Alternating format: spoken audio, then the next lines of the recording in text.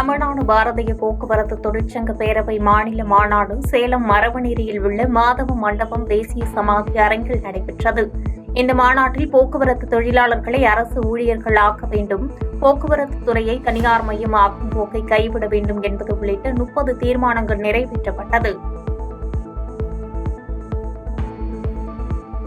கள்ளக்குறிச்சி மாவட்டம் நெடுமானூர் கிராமத்தில் சாலையில் அதிவேகமாக போட்டி போட்டுக் கொண்டு சென்ற இருசக்கர வாகனங்கள் சாலையை கடக்க முயன்ற ஒருவர் மீது மோதி நிற்காமல் செல்லும் பரபரப்பு சிசிடிவி காட்சிகள் வெளியாகியுள்ளது. இதில் நிலை தடுமாறி கீழே விழுந்ததில் காயமடைந்த அந்த நபர் மருத்துவமனையில் சிகிச்சை பெற்று வரும் நிலையில் விபத்தை ஏற்படுத்திய சீனிவாசன் என்பவரை கைது செய்து போலீசார் விசாரித்து வருகின்றனர்.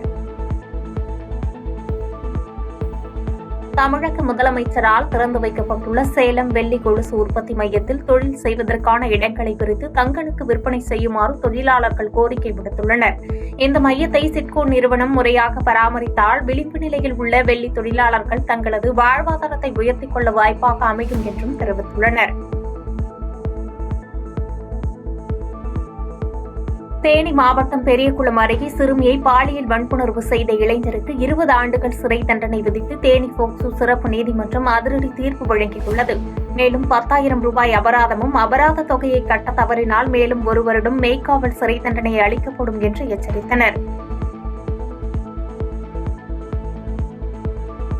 கடலூர் மாவட்டம் திருப்பாதிரிப்புலியூர் நத்தவழி சாலையில் கடந்த 50 ஆண்டு காலமாக சாலை ஓரமாக 64 குடும்பங்கள் வசித்து வந்தனர்.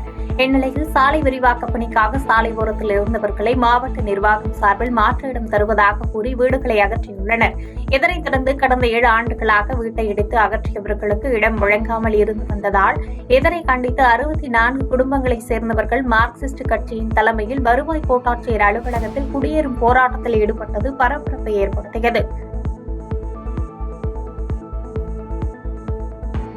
புதுச்சேரி லபோர்த் வீதியில் உள்ள BMSSS தனியார் நிறுவனத்திற்கு சொந்தமான விடுதி கட்டிடத்தை வாடகைக்கு எடுத்து ஸ்டீபன் ராஜ் என்பவர் நடத்தி வருகிறார். அந்த தனியார் விடுதி நிறுவன இயக்குநராக அருள்தாஸ் என்பவர் உள்ளார். இந்நிலையில் இந்த விடுதி தொடர்பாக 2 பேருக்கும் இடையே நீண்ட நாட்களாக பிரச்சினை இருந்து வரும் நிலையில் சம்பவத்தன்று அருள்தாஸ் விடுதிக்குள் புகுந்து ஸ்டீபன் ராஜை தாக்கி கொலை மிரட்டல் விடுத்ததாக கூறப்படுகிறது. இதுகுறித்து ஸ்டீபன் ராஜ் போலீசாரிடம் புகார் கொடுத்த நிலையில் பொதியன் சாலை போலீசார் வழக்கு பதிவு செய்து விசாரணை நடத்தி வருகின்றனர். புதுச்சேரி பொதுப்பணித்துறையில் இருந்து பணி நீக்கம் செய்யப்பட்ட ஊழியர்களுக்கு மீண்டும் பணி வழங்க வலியுறுத்தி கருப்பு கொடியுடன் நகல் எரிப்பு போராட்டம் நடைபெற்றது. அப்போது பாதுகாப்பு பணியில் இருந்த காவல்துறையினர் அவர்களை தடுக்க முயன்றதால் இரு தரப்பினருக்கும் இடையே தள்ளுமுள்ளு ஏற்பட்டது. இதனைத் தொடர்ந்து போராட்டத்தில் ஈடுபட்டவர்களை போலீசார் கைது செய்தனர். பாதகம் செய்பவரை கண்டால் நாம் பயம் கொள்ளலாகாது பாப்பா, மோதி மிதித்து விடு பாப்பா, அவர் முகத்தில் உமிழ்ந்து விடு பாப்பா. அண்மை செய்திகளை உடனுக்குடன் தெரிந்து கொள்ள இணைந்திருங்கள் எம் நாடு தொலைக்காட்சியுடன்.